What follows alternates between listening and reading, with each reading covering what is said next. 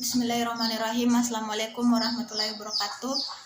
Perkenalkan, saya atas nama Suci Ramadhani dengan NIM S1092019211030 dari Prodi Teknologi Hasil Perikanan.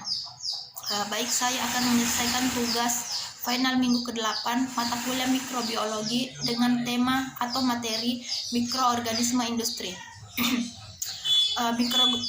Mikrobiologi industri mempelajari tentang pemanfaatan mikroorganisme dalam skala besar dan biasanya dihasilkan dalam jumlah banyak dan bersifat komersial. Mikroorganisme yang dimanfaatkan memiliki kriteria khusus karena produksi yang dihasilkan seperti vaksin, vitamin, antibodi, enzim. Industri kimia adalah bahan yang dibutuhkan manusia.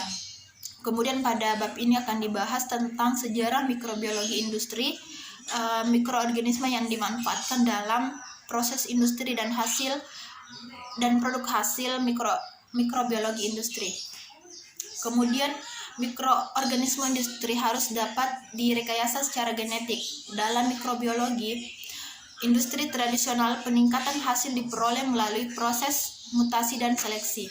Kemudian mutasi akan lebih efektif untuk mikroorganisme dalam bentuk vegetatif dan haploid yang bersel satu. Pada organisme diploid dan bersel banyak mutasi, salah satu genom tidak akan menghasilkan mutan yang mudah diisolat.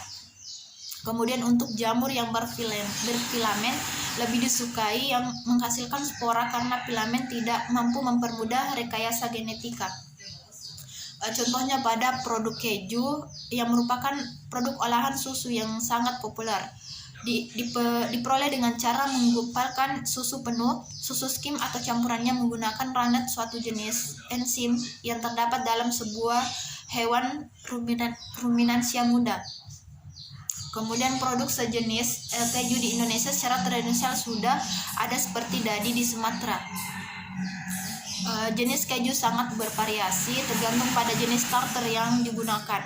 Kemudian juga keju mempunyai umur simpan yang relatif lama sehingga pengolahan ini bisa menjadi pilihan dalam mengatasi kelebihan produk susu tersebut. Kemudian di dalam sebuah adonan, gas yang dihasilkan dari sebuah proses fermentasi oleh Saccharomyces terjebak oleh pekatnya adonan tersebut sehingga gas tersebut tidak dapat dilepaskan ke udara bebas. Kemudian gas yang dihasilkan dari proses fermentasi ini dimanfaatkan untuk mengembangkan adonan. Dengan pemanasan pada oven dengan suhu tinggi, gas akan memuai sehingga adonan akan tambah mengembang. Dengan pemanasan ini menggunakan oven dengan suhu yang tinggi sangat memuai sehingga adonan akan tambah mengembang. Pemanasan juga berfungsi untuk mematikan sel-sel ragi pada adonan tersebut. Kemudian selain dari itu, terbentuknya alkohol dari proses fermentasi juga dapat memberikan aroma khas pada adonan.